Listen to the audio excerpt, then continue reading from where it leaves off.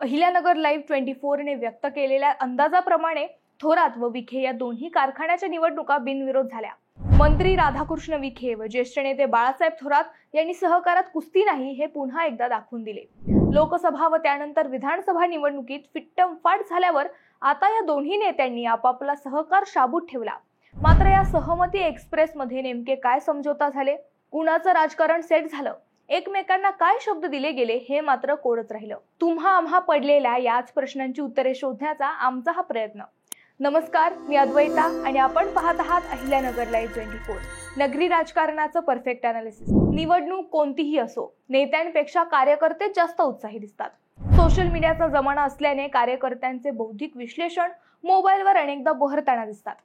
त्यातून अनेकदा हमरी तुमरीही होते, परंतु नेते मात्र आपापली वेळ पाहून आपापले गड शाबूत ठेवतात।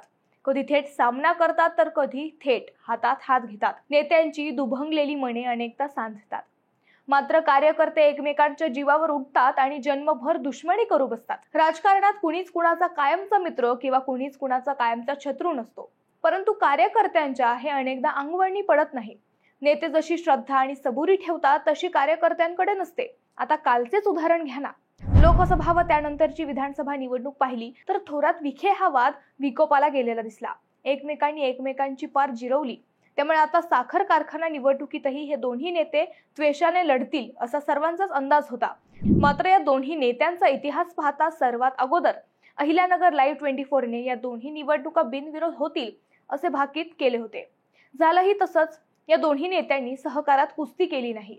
विशेष म्हणजे अर्ज भरण्याच्या शेवटच्या दिवशी दोन्ही नेत्यांनी मीडियाला दिलेली प्रतिक्रिया ही बोलकी होती। संगमनेरात आमदार अमोल खताळांनी व इकडे प्रवारानगर येथे प्रवारा शेतकरी मंडळाचे नेते व कट्टर विखे विरोधक असलेले BK विखे यांनी निवडणुकीतून का माघार घेतली हे मीडियाला सांगितले।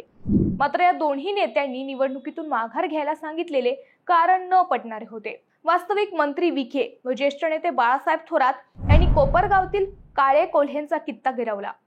वाद कितीही असो, संघर्ष कितीही असो, मात्र सहकारात राजकारण आणायचे नाही हे या दोन्ही नेत्यांनी पुन्हा एकदा दाखवून दिले। खरं तर साखर कारखाने त्या नेत्यांसाठी अलिबाबाची गुहाच असते। 10-15 हजार कर्मचारी, त्यावर अवलंबून असणारे 5-50 हजार सभासद व व्यावसायिक असा सुमारे लाखभर मतांचा गठ्ठा हा साखर कारखान्याच्या सत्तेवर अवलंबून असतो। स्थानिक स्वराज्य संस्था निवडणुकीपासून थेट लोकसभा निवडणुकीपर्यंत हाच मतांचा गठ्ठा त्या नेत्यांना हक्काने वापरता येतो। अहिल्यानगर जिल्ह्यातील कित्येक नेत्यांनी या साखर कारखान्यांच्या जीवावर वर्षानुवर्षे आमदारकी हातात ठेवल्याची उदाहरणे आहेत। त्यामुळे वाद कितीही टोकाचा असला तरी साखर कारखाना निवडणुकीत दोन साखर कारखानदार नेते एकमेकांच्या विरोधात सहसा दिसले नाहीत। उदाहरणच द्यायचे झाल्यास कोपरगावातील काळे कोल्हे, नेवाशातील गडाख घुले किंवा थेट श्रीगोंद्यातील पाचपुते नागवडे जगतापांचे देता येते।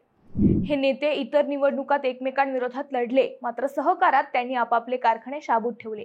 थोरात विखे कारखाना निवडणुकीत मात्र पडद्यामागे बऱ्याच हालचाली, शब्द समझोते झाले असावेत अशी शक्यता व्यक्त केली जात आहे। त्यात पहिली शक्यता आहे आगामी लोकसभा निवडणुकीची, कारण अजून 4 वर्षांनी शिर्डी व नगर दक्षिण या दोन्ही लोकसभा जागांची निवडणूक होणार आहे।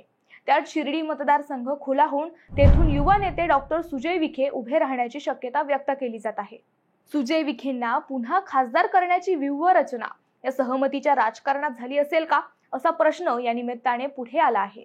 दुसरीकडे थोरातांचे भाचे सत्यजित तांबे हेही तोपर्यंत भाजपात येतील अशी शक्यता व्यक्त केली जात आहे। मग तेच नगर दक्षिणेची लोकसभा निवडणूक लढवतील असे गणित मांडले जात आहे। तांबे भाजपात आले तर विखे त्यांना खासदार करतील, परंतु ते विरोधात राहिले तर तेच नगर दक्षिणेचे खासदार होतील असे शब्द तर या सहमतीच्या राजकारणात दिले गेले नसतील ना, अशी ही शंका उपस्थित होऊ लागली आहे। दुसऱ्या बाजूने विचार केला तर गणेश कारखाना गेल्या वेळी विखेंच्या हातून गेला, मात्र आता भविष्यात तो कारखाना पुन्हा एकदा विखेंच्याच हातात दिसेल असे सहमतीचे राजकारणही या समझोता एक्सप्रेस मध्ये शिजले असेल अशी ही शंका घेण्यास वाव आहे। कारण कोल्हेंना राज्यसभेवर जायचे असेल तर त्यांना विखेंसोबत हात मिळवणी करावी लागेल।